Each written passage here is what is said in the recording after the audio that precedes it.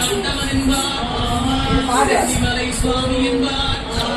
சிவன்மலை வேலா என்பார்,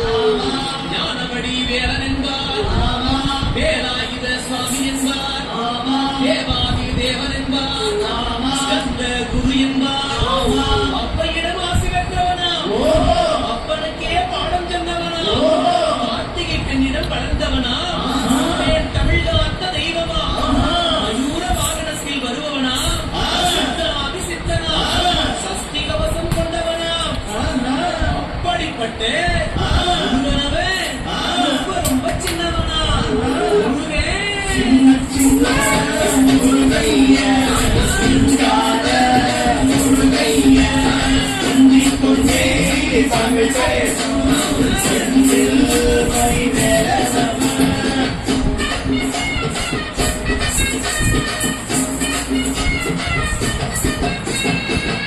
குன்ற குடியான் என்பார்,